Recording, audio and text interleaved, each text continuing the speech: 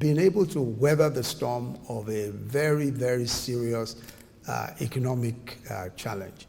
And I think that that is largely on account of the stable and steady leadership that we received from Mr. President. I think that if you panic, if Mr. President had panicked in that period, we would have had a lot of difficulty. In fact, perhaps we would be in a much, much worse situation. And I think that he deserves all the commendation for providing that steady hand when that was required. As I said, all told, I think that we're at a point in our economic history where everything is possible. Everything is possible. And I'm completely convinced that even the challenges that we see today are challenges that can be resolved very, very easily, so long as we're all prepared to work together to plan. And just a quick look at future perspectives and funding. With respect to full implementation of the plan, we have seen, of course, that inadequate funding has in some ways hampered what could have obviously been a much, much better performance.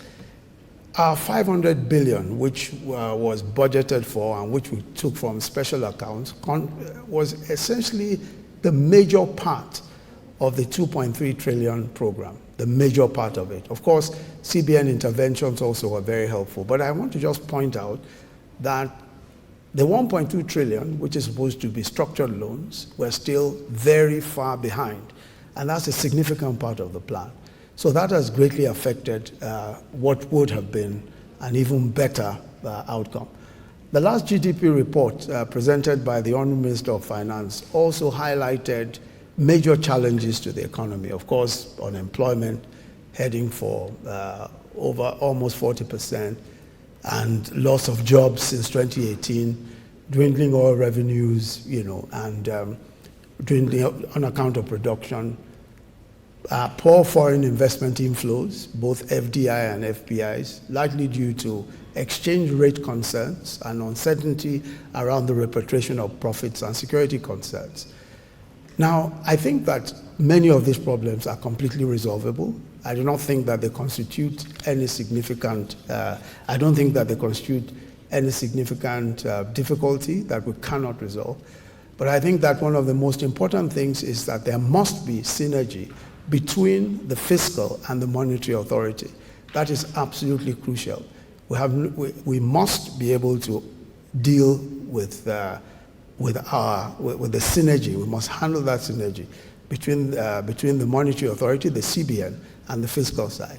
Sometimes it appears that there is competition between this, especially on the fiscal side.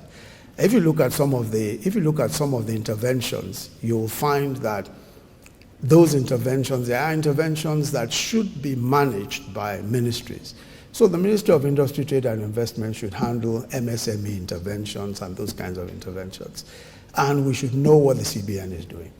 In other words, if the CBN is going to intervene in the MSME sector, it should be with the full cooperation and consent of the Ministry of Industries. If they're going to intervene in agriculture, it should be with full consent. So that synergy is absolutely important. The reason why it's important, aside from the fact that you cannot plan an economy in any other way, the more important thing is that sometimes you will get people who are benefiting more than once because we simply have no line of sight to what's going on one side. CBN doesn't know what we're doing. They don't know what we don't know what they're doing. So I think that is important. That synergy is absolutely important. And as for the exchange rate, I think we need to move our rates to a more reflective market, as reflective of market as possible. This, in my own respectful view, is the only way to improve supply. We can't get new dollars into the system where the exchange rate is artificially low. And everyone knows by how much our reserves can grow. So I'm convinced that the demand management strategy currently being adopted by the CBN, we need to rethink. And that's just my view. But anyway, all that is, all those are issues I'm sure that when the CBN governor has time to address, he'll be able to address him.